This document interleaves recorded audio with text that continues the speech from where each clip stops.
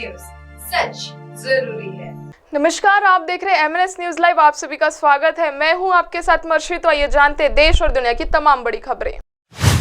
Kim Jong की private train ने रूस में एंट्री ली।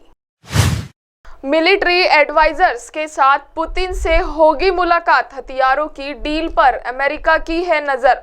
दरअसल नॉर्थ कोरिया के तानाशाह किम जोंग 49 साल बाद अपने पहले विदेश दौरे पर रूस जा रहे हैं। बीबीसी की रिपोर्ट के मुताबिक उनकी प्राइवेट ट्रेन ने रूस में एंट्री कर ली है। किम जोंग उनके साथ मिलिट्री के टॉप कमांडर भी है। रूस के मीडिया के मुताबिक रूस के व्लादिवोस्तोक शहर के किम जोंग उन और पुतिन के बीच द्विपक्षीय बातचीत भी होगी। पुतिन इससे पहले 2019 में भी किम जोंग उनसे व्लादिवोस्तोक शहर में ही मिले थे। क्रेमलिन के प्रवक्ता डिमिट्री पेस्कोव ने कहा कि पुतिन और किम जोंग उनकी मुलाकात दोनों देशों के रिश्तों को बेहतर बनाएगी। इस बीच अमेरिका के रक्षा मंत्री ने कहा कि उनकी नजर इस मुलाकात पर रहेगी। वो नॉर्थ कोरिया से अपील करते हैं कि वो रूस को किसी भी तरह के हथियार ना दे। किम जोंग उनकी प्राइवेट ट्रेन में उनके साथ डिफेंस मिनिस्टर, फॉरेन मिनिस्टर और स्पेस टेक्नोलॉजी के इंचार्ज है। एनके न्यूज के मुताबिक कोरिया की सेना के मार्शल री प्योंग चोल, पाक जोंग चोन और किम म्योक सिक भी ट्रेनर पर तानाशाह के साथ मौजूद है। बीबीसी के मुताबिक नॉर्थ कोरिया के पास लाखों की संख्या में आर्टिलरी शेल और रॉकेट है जो उसने सालों लगाए बनाने में। हालांकि कोई जंग नहीं होने की वजह से इनका इस्तेमाल नहीं किया। जुलाई में रूस के रक्षा मंत्रालय सर्गेई शोइगु ने नॉर्थ कोरिया का दौरा किया। इस दौरान उन्होंने किम जोंग उनके हथियारों का भी जायजा लिया था। न्यूयॉर्क टाइम के मुताबिक रूस नॉर्थ कोरिया से आर्टिलरी शेल्स और एंटी टैंक मिसाइल चाहता है। इसके बदले में नॉर्थ कोरिया रूस से सैटेलाइट और न्यूक्लियर सबमरीन टेक्नोलॉजी की मांग करेगा। इसके अलावा किम जोंग उन अपने देशों के लिए खाद्य सहायता भी चाहते हैं। दरअसल नॉर्थ कोरिया में अनाज की काफी किल्लत रही है, जबकि रूस 2017 में दुनिया में सबसे ज्यादा अनाज उगाने का रिकॉर्ड बना चुका है।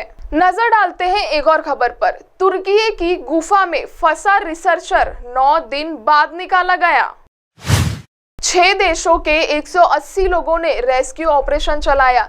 3400 फीट की गहराई से निकाला गया। तुर्की की गुफा में 3400 फीट की गहराई में फंसे एक रिसर्चर को 9 दिन के बाद सुरक्षित बाहर निकाला गया है। इसके लिए 6 देशों के 180 लोगों को रेस्क्यू ऑपरेशन चलाना पड़ा। दरअसल 40 साल का मार्क डीके नाम का एक रिसर्चर गुफा का मैप बनाने के लिए तुर्की की तीसरी सबसे गहरी मोरको केव में उतरा था, जहां वो 2 सितंबर को बीमार पड़ने की वजह से गुफा में ही फंस गया। इसके बाद से ही उसे निकालने के लिए ऑपरेशन चलाना शुरू कर दिया गया। उसे सोमवार रात 9:37 पर बाहर निकाला गया। इसके बाद उसे हेलीकॉप्टर से नजदीकी अस्पताल में भर्ती भी कराया गया। मार्क डीके के पेरेंट्स ने रेस्क्यू वर्कर्स का शुक्रिया अदा किया। उन्होंने कहा, हमारा बेटा अब सुरक्षित है, इससे ज्यादा हमें कुछ नहीं चाहिए।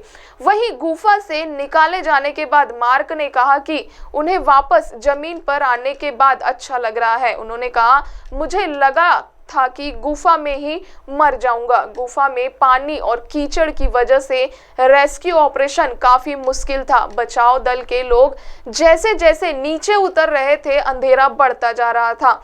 वहीं तापमान तेजी से घट रहा था, इससे उन्हें आगे बढ़ने में परेशानी हो रही थी। रेस्क्यू वर्कर्स ने अमेरिकन रिसर्चर को बचाने के लिए गुफा को 6 सेक्शन में बांटा। सभी के पास अलग अलग जिम्मेदारी थी। डॉक्टर को भी साथ ले जाया गया था ताकि मार्क को डीके को तुरंत इलाज दिया जा सके। सबसे ऊपर तुर्की की टीम थी, इसके बाद हंगरी, पोलैंड, इटली और सबसे नीचे बुल्गारिया की टीम थी। जितनी गहराई में मार्क डीके फंसे थे, वहां से बाहर आने में किसी भी स्वास्थ्य और अनुभवी व्यक्ति को 15 घंटे का समय लगता है। गुफा में ना सिर्फ कीचड़ पानी की चुनौती थी, बल्कि चौड़ाई बहुत कम होने की वजह से उसमें दम घुटने का भी खतरा था। गुफा की कुल गहराई 13,000 फीट थी।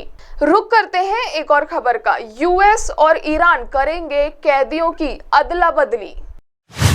दोनों देश 5-5 कैदी छोड़ेंगे। ईरान को फ्रीज किए गए $6 बिलियन भी मिलेंगे। अमेरिका और ईरान ने कैदियों की अदला बदली करने की डील साइन की है। इसके मुताबिक अमेरिका 5 ईरानी कैदियों को छोड़ेंगे। इसके बदले में ईरान 5 अमेरिकी कैदियों को छोड़ने वाले हैं। इसके अलावा अमेरिका ने ईरान को फ्रीज किए गए $6 बिलियन ट्रांसफर करने की भी छूट दे दी। इस फंड ट्रांसफर पर अमेरिका के कई ईरान पर लगाए प्रतिबंध लागू नहीं होंगे। इस छूट के तहत ईरान का साउथ कोरिया में फ्रीज किया गया फंड कतर सेंट्रल बैंक में भेजा जाएगा। ईरान इसका इस्तेमाल ह्यूमैनिटेरियन गुड्स खरीदने में कर सकेगा। इस एग्रीमेंट को लेकर रिपब्लिकन पार्टी के समर्थक राष्ट्रपति जो बाइडेन की आलोचना कर रहे हैं। उनका कहना है कि ईरान अमेरिका और मिडिल ईस्ट के उसके सहयोगियों के लिए खतरा बन रहा है। इस डील से ईरान की इकोनॉमी को फायदा होगा। इस डील के तहत छोड़े जाने वाले अमेरिकी कैदियों को ईरान ने जेल से निकालकर हाउस अरेस्ट कर दिया है। न्यूज़ एजेंसियों ने सूत्रों के हवाले से बताया कि इन्हें अगले हफ्ते रिलीज किया जा सकता है। अमेरिका ने डील के तहत छोड़े जाने वाले ईरानी कैदियों की पहचान अभी तक जाहिर नहीं की है। अब आप हमारे चैनल को आपके मोबाइल पर भी देख सकते हैं। मोबाइल में देखने के लिए प्ले स्टोर से MNS news TV app download करें। इंस्टा, ट्विटर, फेसबुक और अन्य सोशल मीडिया प्लेटफॉर्म पर हमारा चैनल उपलब्ध है। आप हमारे चैनल को लाइव भी देख सकते हैं www.mnsnewstv.com पर। फिलहाल वक्त हो चुका है एक ब्रेक का। ब्रेक से लौटने के बाद देखेंगे देश और दुनिया की तमाम बड़ी खबरें। नमस्कार।